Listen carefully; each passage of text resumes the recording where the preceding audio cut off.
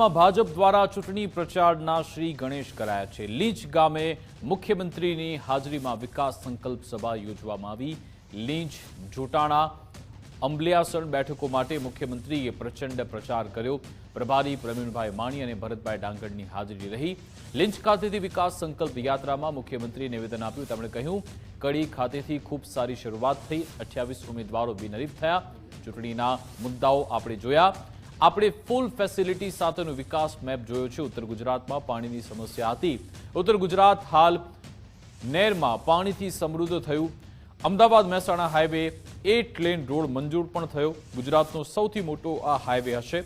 દરેક ખેડૂતોને ઘરે બેઠા લાભ મળે તેવા કામ કર્યા તેવી વાત પણ સીએમએ કરી હતી।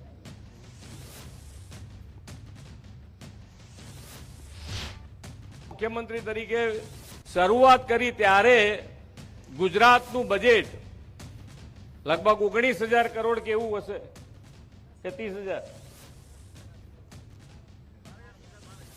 12,000 થી પણ આપણે વધારે લઈએ તો 30,000 કરોડનું બજેટ આ ગુજરાતનું આખા દરેકે દરેક ડિપાર્ટમેન્ટનું ભેગું થઈ અને 30,000 કરોડ રૂપિયાનું કામ થાય આખા ગુજરાતનું।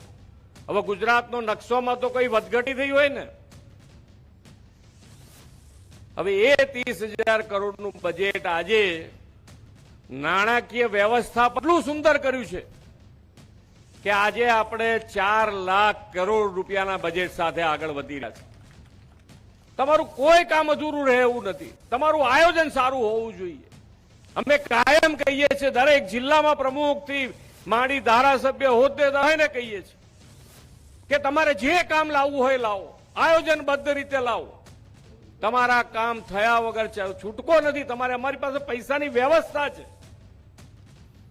તમારું આયોજન સારું હોવું જોઈએ। કદાચ એક વર્ષે ના થાય તો બીજા વર્ષે થશે, આટલા પૈસા બીજા વર્ષ, તમે હજુ એક કામ શરૂ ના થાય ત્યાં તો બીજું વર્ષ આવી ગયું હોય, બીજા વર્ષે એ કામ કરીશું। પણ એક પણ કામ તમારું અધૂરું રહેવું નથી, એક પણ કામ અધૂરું રહેવું નથી।